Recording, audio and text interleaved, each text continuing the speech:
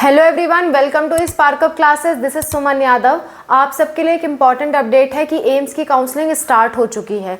तो एम्स की काउंसलिंग आप लोग कर सकते हो। आज के वीडियो में पूरी प्रोसेस A to Z मैं आपको बताने वाली हूँ कि एम्स की काउंसलिंग आप कैसे करोगे, एम्स की काउंसलिंग करने की प्रोसेस क्या होती है। A to Z पूरा डिटेल बताऊंगी ताकि आप खुद से भी काउंसलिंग कर सकें। ठीक है, तो वन बाय वन डिस्कस करते हैं। फर्स्ट ऑफ ऑल आपको अपना ईमेल चेक करना होगा। आपका जो ईमेल आपने सबमिट किया था फॉर्म भरते वक्त, उस ईमेल पे एक मैसेज आया होगा आपके लॉगिन आईडी और पासवर्ड का। लॉगिन आईडी और पासवर्ड के बिना आप काउंसलिंग नहीं कर सकते। दूसरी बात, काउंसलिंग सिर्फ वही कर सकते हैं जिनके रिजल्ट पे लिखा हो क्वालिफाइड फॉर काउंसलिंग। अगर क्वालिफाइड फॉर काउंसलिंग नहीं लिखा है तो उनके ईमेल पे लॉगिन आईडी और पासवर्ड नहीं आएगा, जिसकी वजह से वो काउंसलिंग नहीं कर पाएंगे। तीसरी बात, कैटेगरी सर्टिफिकेट का भी आपको ईमेल आएगा। अगर आपका कैटेगरी सर्टिफिकेट गलत है या दूसरे नाम से है या आउटडेटेड है तो वापस से अपलोड करने का ऑप्शन आएगा, जो कि ऑप्शन अभी वर्क नहीं कर रहा, लेकिन हो सकता है आज शाम तक या कल तक वर्क करने लगे, तो आप अपनी कैटेगरी भी चेंज कर पाओगे। तो सारी डिटेल्स A to Z मैं आपको दे रही हूँ, वन बाय वन ध्यान से समझिए एक एक चीज़ को। एम्स की काउंसलिंग में कोई भी पैसे अलग से नहीं लगते हैं, ना ही सिक्योरिटी मनी, ना ही रजिस्ट्रेशन फीस।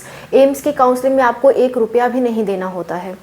दूसरी बात, एम्स की काउंसलिंग के लिए एलिजिबिलिटी बहुत ज़्यादा ज़रूरी है। आप क्वालिफाइड नहीं हो तो आप एलिजिबल नहीं हो, और बिना लॉगिन आईडी और पासवर्ड जो ईमेल पे आया है उसके बिना आप काउंसलिंग नहीं करवा पाओगे। तो ये दोनों चीज़ लेकर के बैठना। अब आपको करना क्या है, आपको सिंपली गूगल पे सर्च करना है एम्स BSc आप सर्च करोगे, आपके सामने ऑफिशियल वेबसाइट आएगी, आपको उस पर क्लिक करना है। क्लिक करने के बाद आपको ऐसा कुछ वेबसाइट देखने को मिलेगा। इसमें आपको एकेडमिक कोर्सेज जो पहला ऑप्शन है उस पर आपको क्लिक करना है। क्लिक करने के बाद आपके सामने बहुत सारे ऑप्शन आएंगे, जिसमें एक ऑप्शन होगा BSc ऑनर्स, किनारे नर्सिंग लिखा होगा ग्रीन कलर से, और होगा BSc ऑनर्स। BSc ऑनर्स पे आपको क्लिक कर देना है। क्लिक करने के बाद आपके सामने कई सारे नोटिफिकेशन आएंगे, आपको नीचे का प्रोसीड बटन पे क्लिक कर देना है। प्रोसीड करने के बाद आप मेन पेज पे आ जाओगे, जहाँ से आप लॉगिन कर सकते हो। तो ये जो ब्लू वाला सेक्शन है फाइनल रजिस्ट्रेशन वाला, उसी सेक्शन में आपको अपना registration ID, RUC code, password और नीचे जो कैप्चा कोड दिया हुआ है वो कैप्चा कोड भर करके आपको लॉगिन करना है। अगर पासवर्ड आपका गलत बता रहा है, बार बार गलत बता रहा है, तो आप एक बार पासवर्ड रीजनरेट कर लीजिएगा। नीचे देखिए ऑप्शन है फॉरगेट पासवर्ड का, फॉरगेट पासवर्ड करके आप अपना पासवर्ड रीजनरेट कर सकते हैं। तो पासवर्ड रीजनरेट करने के बाद आप वापस से यही चीज़ डिटेल फिल करिएगा और लॉगिन कर लीजिएगा। लॉगिन करने के बाद आपके सामने आपके नाम का एक पेज खुल करके आएगा, जिसमें आप किनारे लेफ्ट हैंड साइड एकदम किनारे देखोगे तो आपको नज़र आएगा कैटेगरी सर्टिफिकेट अपलोड करने का ऑप्शन, और दूसरा ऑप्शन आपको नज़र आएगा, मैं आपको जूम करके दिखा रही हूँ, BSc और नर्सिंग सीट एलोकेशन ऐसा लिखा हुआ आपको नज़र आएगा। आपको इसी पे क्लिक कर देना है। क्लिक करने के बाद एक पेज रिफ़्रेश होकर के आएगा, तो ऐसा कुछ पेज आपके सामने आएगा जिसमें बहुत सारी डिटेल्स लिखी होंगी, जिसमें से एक बॉक्स बना होगा BSc ऑनर्स नर्सिंग, उस पर आपको क्लिक कर देना है। क्लिक करने के बाद आपके सामने अगेन कुछ ऐसा पेज खुल करके आएगा। इस पेज पे लिखा होगा सिर्फ और सिर्फ BSc ऑनर्स नर्सिंग अगस्त 2025 सेशन। किनारे दिख रहा होगा व्यू डिटेल्स पे आपको क्लिक कर देना है। क्लिक करने के बाद आपको डिस्क्रिप्शन में दिखेगा notification and login to apply. Notification से आप नोटिफिकेशन देख सकते हो कि कब से कब तक अप्लाई कर सकते हैं, और बाकी डिटेल्स देख सकते हो कि कैसे कैसे फॉर्म भरना है। ठीक है, बाकी अगर आपको अप्लाई करना है तो डायरेक्ट आप ब्लैक वाले बटन पे लॉगिन टू अप्लाई पे आप क्लिक करिएगा। क्लिक करने के बाद आपके सामने एक ऑप्शन आ जाएगा, जिसमें आपसे पूछेगा इंटर कैंडिडेट ID और मोबाइल नंबर, और नीचे इंटर पासवर्ड। अब आपको वही जो ईमेल पे लॉगिन ID और पासवर्ड नया वाला आया है वही आपको इंटर करके लॉगिन करना है। लॉगिन करने के बाद आपको सीट भरने का ऑप्शन आएगा। लॉगिन करने के बाद आपको ऐसा कुछ पेज देखने को मिलेगा सीट एलोकेशन। उसके बाद जब आप उस पर क्लिक करेंगे तो फिर ऐसा आपके डिटेल्स के साथ पेज देखने को मिलेगा, जिसमें नीचे की तरफ रेड कलर का नोटिफिकेशन होगा कि यू हैव नॉट एक्साइज्ड और सबमिटेड चॉइसेस। ठीक है, उसके बाद आपको नीचे की तरफ एक ब्लू कलर का बटन दिखेगा, आपको उस पर क्लिक करना है एक्साइज चॉइसेस। इसके बाद आपको आपकी डिटेल्स दिखेंगे और नीचे की तरफ कॉलेज ऐड करने का ऑप्शन दिख जाएगा।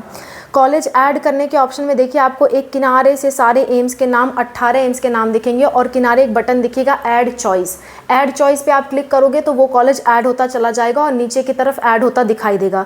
जैसे कि मैं आपको एम्स भटिंडा, एम्स भोपाल और एम्स भुवनेश्वर सेलेक्ट करके दिखाती हूँ। नीचे की तरफ आपको सेलेक्ट हुआ दिख जाएगा जो मैंने सेलेक्ट किया है, ठीक है। मैं आपको स्क्रीनशॉट्स दिखा रही हूँ। और अगर बाई चांस आपसे गलती से टच हो गया तो किनारे छोटा सा डिलीट का ऑप्शन भी है, उसे डिलीट भी कर सकते हो। और लेफ्ट हैंड साइड में अप डाउन का ऑप्शन है, आप उसे अप डाउन भी कर सकते हैं, ठीक है। और लास्ट में सेव एंड प्रोसीड पे क्लिक करके आपको आगे बढ़ जाना है।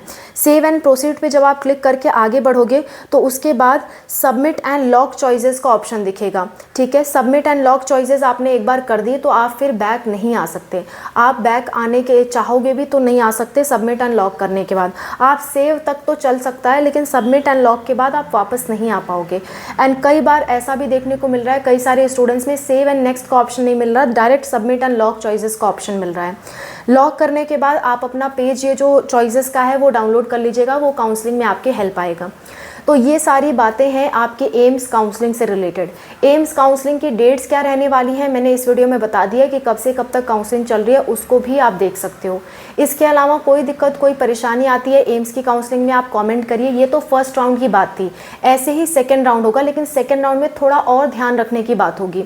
सेकेंड राउंड में मैं आपको बताऊंगी कि किस तरह से सीट फिलिंग करनी है, क्योंकि सेकेंड राउंड में आपको बहुत सावधानी से करना होता है। सीट मैट्रिक्स देखना होता है, देखना होता है कि किस कॉलेज की कितनी कट ऑफ तक जा रही है, हम कौन सा भरे ताकि हमको कॉलेज मिल सके। सेकेंड राउंड बहुत ही सावधानी से भरना होता है। फर्स्ट राउंड में ज़्यादा कुछ नहीं था, लेकिन सेकेंड राउंड से आपको ज़्यादा सावधानी बरतनी होगी और काउंसलिंग करनी होगी, ठीक है। तो फर्स्ट राउंड यहीं तक है। सेव आप कर दोगे और उसके बाद में सबमिट एंड लॉक कर दोगे, उसके बाद आपके पूरी चॉइसेस सबमिट हो जाएंगी और जब रिजल्ट आएगा तो फिर आप रिजल्ट देख पाओगे काउंसलिंग का।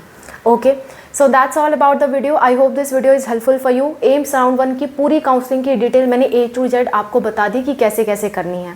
That's all, thank you so much for watching. एक बात का ध्यान रखिएगा, एक बार भी गलती की है तो करेक्शन यहाँ पे नहीं होगा, करेक्शन की कोई विंडो नहीं आएगी, तो सब कुछ सोच समझ के ध्यान से करिएगा।